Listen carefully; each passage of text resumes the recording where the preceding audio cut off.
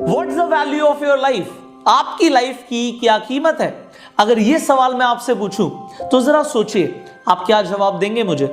हो सकता है आप पूरी तरीके से कंफ्यूज हो चुके हो कि मेरी लाइफ की क्या वैल्यू है, पर अभी जो कहानी मैं आपको सुनाने वाला हूं इससे आपको एग्जैक्टली पता लग जाएगा कि आपकी लाइफ की रियल वैल्यू क्या है। बहुत समय पहले की बात है, गांव में एक इंसान बहुत ज्यादा परेशान हो जाता है इसी सवाल से कि उसकी जिंदगी की क्या कीमत है, क्या वैल्यू है। तो वो जाता है एक संत के पास, और जब वो संत के पास जाता है अपने सवाल का जवाब पाने के लिए, वो देखता है संत मेडिटेशन की स्टेट में है। तो वो कुछ नहीं बोलता, वहां पे जाके बैठ जाता है। जब संत की मेडिटेशन ओवर होती है तो वो देखते हैं कि इंसान आया हुआ है, और वो इंसान बहुत ज्यादा परेशान दिख रहा है, व्याकुल दिख रहा है। तो उस व्यक्ति से पूछते हैं वो संत महात्मा कि पूछो क्या पूछना चाहते हो। वो इंसान बोलता है कि महाराज मैं बहुत परेशान हूं और मैं जानना चाहता हूं कि मेरी जिंदगी का मोल क्या है, क्या कीमत है मेरी लाइफ की जो ऊपर वाले ने मुझे दी है। तो संत मुस्कुराते हैं और उस व्यक्ति को अपने करीब बुलाते हैं और उसके हाथ में एक लाल कलर का बड़ा सा स्टोन दे देते हैं और उससे बोलते हैं तुम इस पत्थर को बाजार में लेकर जाओ और इसे बेचने की कोशिश करना, बेचना मत, सिर्फ कीमत पता कर कर आना। कोई भी इंसान तुमसे पूछे कि भाई कितने का दोगे तो मुंह से कुछ मत बोलना, सिर्फ 2 उंगलियां दिखा देना। अब वो इंसान बाजार चला जाता है। अब वो जब बाजार में जाता है तो एक आलू बेचने वाला इंसान उस आदमी को देखता है और बोलता है कि भाई ये जो पत्थर तुम्हारे हाथ में है क्या तुम इसे बेचना चाहते हो? वो इंसान बोलता है हाँ मैं बेचना चाहता हूं। वो पूछता है कि मुझे कितने का दोगे? तो जैसे कि संत ने बोला होता है कि कीमत मत बोलना, सिर्फ 2 उंगलियां दिखा देना, तो वो इंसान सिर्फ 2 उंगलियां दिखा देता है।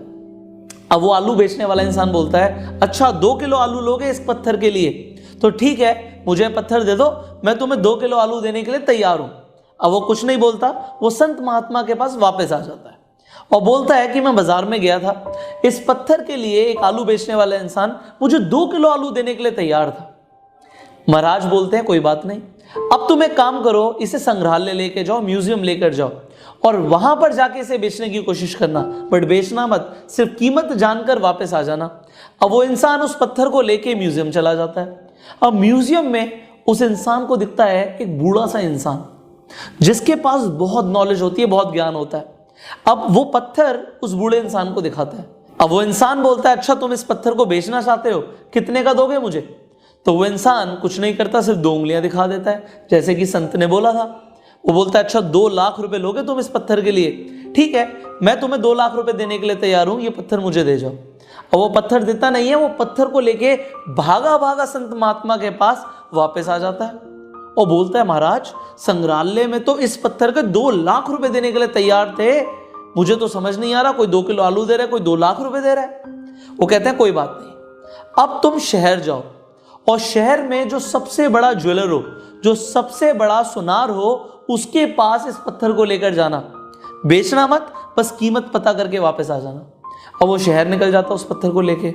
अब जब वो उस ज्वेलर की दुकान पर पहुंचता है, वो ज्वेलर उस पत्थर की तरफ देखता है और उसकी आंखें फटी की फटी रह जाती हैं कि मानो उसने पता नहीं क्या देख लिया। उस पत्थर को वो हाथ में लेता है और फिर उसे पूरी तरीके से देखता है, घुमा कर देखता है, ऊपर से देखता है, नीचे से देखता है और बोलता है तुम्हें पता है तुम्हारे हाथ में क्या है? ये रूबी है, और इतना बड़ा रूबी तो मैंने आज तक नहीं देखा। इस रूबी की कीमत इस पूरे शहर में क्या, इस पूरे देश में तुम्हें कोई नहीं दे सकता, पर अगर फिर भी तुम इसे बेचने का चाहते हो तो कितने पैसे लोगे? तो वो इंसान कुछ नहीं बोलता, सिर्फ 2 उंगलियां दिखा देता है। कहता है अच्छा 2 करोड़ रुपए लोगे? वैसे मैं तुम्हें बता दूं 2 करोड़ रुपए इस रूबी के लिए बहुत कम है, पर फिर भी मैं तुम्हें 2 करोड़ रुपए इस रूबी के लिए देने के लिए तैयार हूं, ये रूबी मुझे दे जाओ। और वो इंसान बिल्कुल हक्का बक्का हो जाता है, उसे समझ नहीं आ रहा कि ये हो क्या रहा है। वो वहां से शहर से भागता हुआ वापस संत के पास पहुंचता है और बिल्कुल हैरान परेशान कि महाराज जो ज्वेलर था, जो सुनार था, वो तो 2 करोड़ रुपए देने के लिए तैयार था इस पत्थर के लिए। ऐसा क्या है इस पत्थर में, आप मुझे बताइए। वो कहते हैं पत्थर में कुछ नहीं है, ये पत्थर तुम्हारी जिंदगी है। तुम जिन लोगों के बीच में जाओगे, जैसी संगति के बीच में जाओगे, वैसी तुम्हारी लाइफ की और इस पत्थर की वैल्यू हो जाएगी। तुम जब एक ऐसे इंसान के पास गए जो सब्जी बेच रहा था, तो वो तुम्हें 2 किलो आलू देने के लिए तैयार था। एक इंसान जिसे थोड़ी बहुत परख थी वो तुम्हें 2 लाख रुपए देने के लिए तैयार था, और वो इंसान जो एक्सपर्ट था, जिसे रियल वैल्यू पता थी, उसने तुम्हें बोला होगा ये अनमोल है। वो कहता हाँ बिल्कुल बोला था ये अनमोल है, और वो 2 करोड़ रुपए देने के लिए भी तैयार था इसी पत्थर के, क्योंकि उसे भी पता है कि इसकी कीमत बहुत ज्यादा है। तो तुम्हारी लाइफ की भी वही कीमत है जो तुम मान लेते हो। अब ये लाइफ अनमोल है, जैसे लोगों के बीच में रहोगे वैसे तुम्हारी लाइफ हो जाएगी। अब मेरा सवाल आपसे ये है, अगर आपको अपनी लाइफ की वैल्यू पता लग गई है तो आप जरा चेक करो आप कैसे लोगों के बीच में हो।